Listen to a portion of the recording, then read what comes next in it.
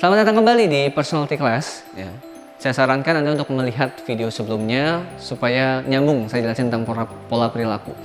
Review sedikit di video sebelumnya saya jelaskan bahwa manusia berinteraksi yaitu punya pattern tertentu atau punya tingkatan tertentu, ada personality atau topengnya. Ini adalah Anda ketika lingkungan menuntut Anda mau jadi apa. Jadi Anda, contohnya gini aja, sederhana. Kapanpun Anda, dimanapun Anda, sudah dewasa pun Anda, kalau Anda balik lagi ke rumah dan ketemu orang tua, Anda akan tetap jadi anak kecil. Nah itu lingkungan. Jadi lingkungan orang tua Anda menuntut Anda untuk jadi anak lagi. Tapi ketika Anda pindah ke tempat pekerjaan, mungkin Anda seorang manajer. Ketika di sekolah mungkin Anda pelajar biasa, ya, atau pelajar paling cerdas. Tapi ketika di rumah jadi anak lagi. Nah itu lingkungan yang menuntut. Jadi personality kita berubah. Kok di rumah jadi manja ya? Atau ada orang tua yang pernah bertanya-tanya, kok anak saya di rumah dan anak saya di sekolah tuh beda? Jelas beda, karena itu personality-nya beda. Topengnya beda yang dipakai. Jangan disamakan. Yang di bawahnya temperamen, ini di bawah konflik dan tekanan. Seorang kalau tertekan ya, atau ketika ada konflik, dia akan jadi orang yang beda, jelas beda. Ya, bisa sama bisa juga. Jadi kita nggak melabel ya, tetap kita memprediksi. Ya. Kita lebih ke memprofile tadi saya bilang. Jadi ketika seorang di bawah konflik atau tekanan, dia akan cenderung keluar sifat yang beda dari dia. Nah di bawahnya ini karakter. Karakter ini adalah kondisi Anda ketika nyaman akan sesuatu atau ketika Anda seorang diri. Ya. Prinsip ada yang bilang bahwa kita jadi diri kita sendiri ya ketika kita sendirian. Bukan ketika ada orang, bukan ya. Saya kasih analogi sederhana. Contohnya misalnya sebuah handphone, ya. Gambar handphone cerita. Ini handphone kotak ya, handphone jadul ya. Handphone cerita ini HP ya. Bayangin aja HP bagus ya. Kita handphone. Nah, handphone ini kita cerita jadi handphone dari awal kan saya analogikan kita tuh handphone. Personality itu apanya dari handphone? Jelas, personality adalah casing. Dengan mudah diganti sebenarnya. Jadi apalagi kalau handphone zaman dulu itu tinggal copot, ganti, pasang lagi. Anda bisa ganti warna, Anda bisa ganti model casing dan segala macam. Jadi lebih mudah gantinya. Ya sekarang memang ada handphone yang modelnya nggak bisa diganti. Tapi intinya casing ini lebih mudah diganti daripada barang-barang yang lain. Anda nggak perlu membongkar terlalu dalam, nggak perlu ke montir, tapi Anda bongkar sendiri, casingnya bisa diubah. Nah itu masuknya ke personality. Jadi bisa diubah sesuai dengan kebutuhan. Nah kemudian temperamen. Temperamen itu apanya? Dari handphone. Temperamen itu adalah mesinnya. Maksud dari mesinnya apa? Spesifikasi dasar. Kemampuan dia, ya kalau dianalogikan handphone, kemampuan dia untuk memenuhi aplikasi tadi. Kemampuan dia untuk menjawab kinerja lah setidaknya. Kinerja sebuah handphone itu mesin. Bisa nggak ganti mesin? Bisa. Tapi tanpa sadar ganti mesin ya mau nggak mau ganti casing juga. Masih bisa pakai casing lama bisa, tapi harus dibongkar casingnya. Jadi kalau Anda mau bongkar temperamen Anda bisa, tapi lebih sulit dari personality. Ya anggapnya handphone, Anda mau ganti mesin, ada yang rusak di mesinnya. Contohnya LCD, bagian dari mesin rusak gitu kan ya. Saya mau ganti LCD-nya nih, gimana? Bisa. Casing harus bongkar nggak? Bongkar. Kenapa? Karena kalau Anda nggak bongkar casing, gimana bisa bongkar LCD gitu kan ya. Jadi sama seperti manusia, kalau Anda mau ganti temperamen Anda secara menyeluruh, personality mau nggak mau harus dibongkar. Dan prosesnya bisa lebih sulit. Tanpa sadar lebih sulit. Dan nggak jadi diri aslinya tadi ya. Kemudian karakter. Karakter itu apanya sih di handphone? Ya, karakter nih salah satu bagian di handphone yang kadang-kadang kita nggak lihat berguna banget, yaitu rangkanya. Nah, kenapa disebut rangka? Karakter ini bisa diganti, bisa. Tapi Anda ganti rangka, itu sama kayak ganti mesin, ganti casing, ganti handphone ya. Kenapa? Karena kalau misalnya handphone rangkanya rusak, mau nggak mau dibongkarnya semuanya. Mesinnya dicopot dulu. Casingnya jelas dibuka, tapi bisa diganti, bisa. Jadi manusia itu selalu berubah. Ingat, manusia itu bertumbuh dan berubah. Nggak akan sama ya. Kalau misalnya ada yang nggak berubah, malah ada yang salah dengan diri Anda. Malah ada yang salah seperti itu. Jadi prinsipnya sederhana.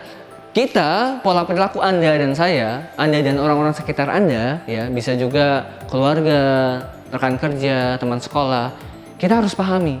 Dia lagi tampil personality-nya atau casing-nya aja, lagi tampil temperamennya atau malah mesinnya doang, atau lagi tampil karakternya atau rangkanya yang tampil. Ya, kita harus paham itu. Ya. Nah, berikut ini saya akan jelaskan pola interaksi perilaku juga, tapi ketika Anda berhubungan dengan orang lain. Jadi ketika satu pribadi bertemu dengan pribadi lain, apa yang akan terjadi? Nah, kita petakan, tadi masih ingat ya, ada orang yang task oriented dan people oriented, ada orang yang aktif dan ada orang yang pasif. D, I, S, dan C. Di sebelahnya sama ya, saya buat sama. Task oriented, people oriented, aktif, dan pasif. D, I, S, C. Nah, saya akan mengkategorikan ini menjadi dua kategori. Pertama adalah ketika mereka bertemu dalam bidang pekerjaan. Maksudnya dalam bidang pekerjaan itu adalah ketika mereka bertemu menyelesaikan sesuatu yang butuh tanggung jawab.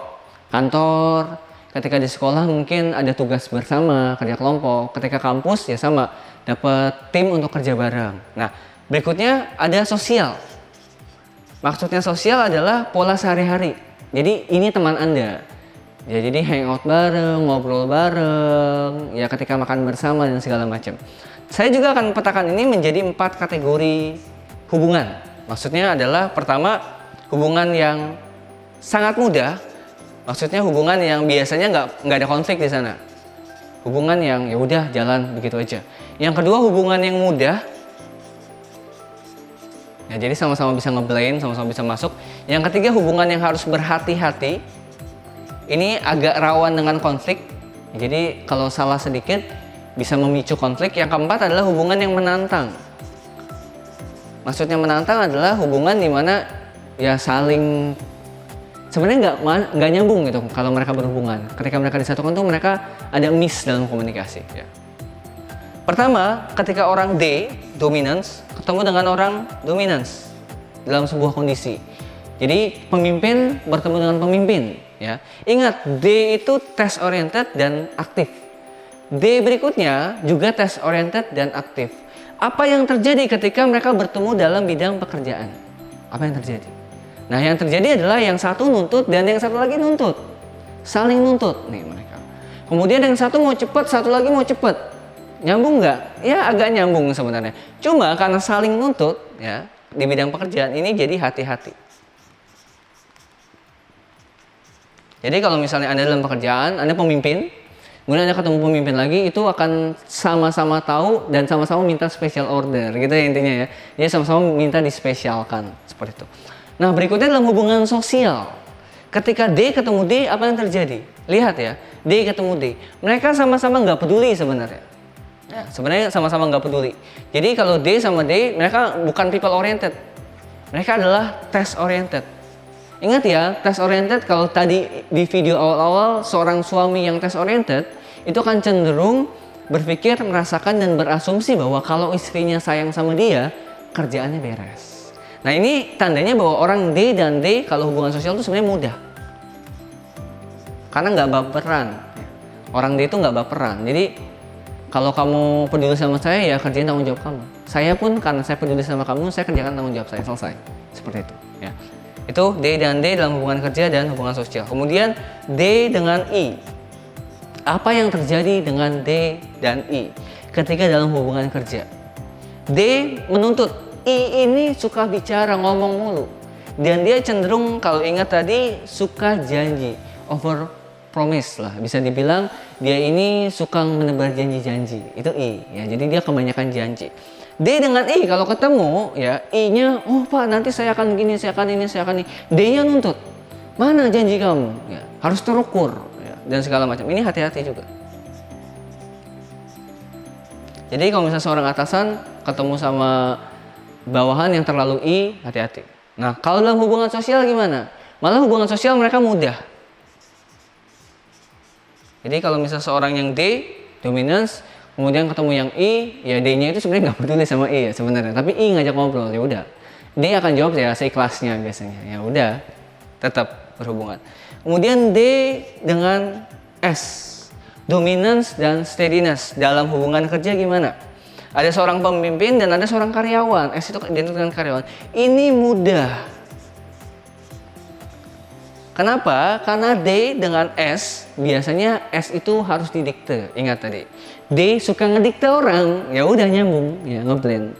Nah, yang Bahayanya ketika mereka di hubungan sosial. Ya. Kalau misalnya D dan S ketemu di hubungan sosial, S ini orangnya diem, mendem perasaan. D-nya ngomong mulu, frontal. Nah, kadang-kadang D menyakiti S. Ya. Jadi bisa dibilang D ini ngomong, tapi S-nya nahan.